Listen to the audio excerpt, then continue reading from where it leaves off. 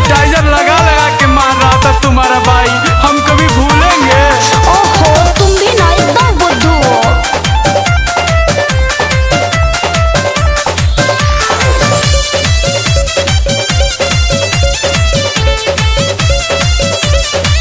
हाथ गोड़ फूलल बा, मुँह लटक के झूलल बा, दोनों गाल भइल जैसे ठीक हो जाए। अमरूद घुलल बा। अरे गलती तोहरे नु बा, तोहरा हमारा या दीदी में चिन्हात नहीं खे, कैसन प्रेमी हवा तू बुझात नहीं खे। अरे तो हम का करी, अखियों तोरे जैसन नकियों तोरे जैसन, देह में हमार का गलती बा? तोरे से मिलने आए तो का जुलूम किए हैं, अरे बड़ी उठा उठा के पटक ले बा, हमरा तो मिलहू आवे के मन ना करत रहे। हरे मास्क पहन तेरी दीदी थी निकली, तुमको समझे राते चूम लिए।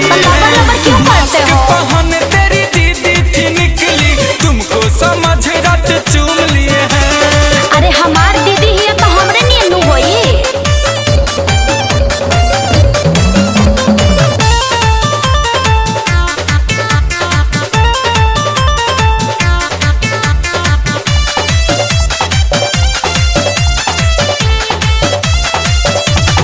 अब बर्दाश्त नहीं खे होत, अच्छा तेरी साहस नहीं खे होत, सोनू सरगम गुंजन जिए के अब आस नहीं खे होत। अच्छा अच्छा टेंशन मत लो, सब ठीक हो जाई।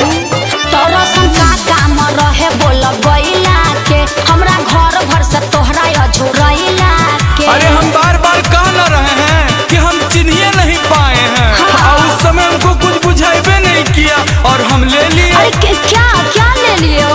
अरे चुम्मा रे बगली, आ तू हरदम उहिजे रहेलू। ओफो मारी के पूरा देह हाथ दादा सुन किए हैं, तब हम का करी?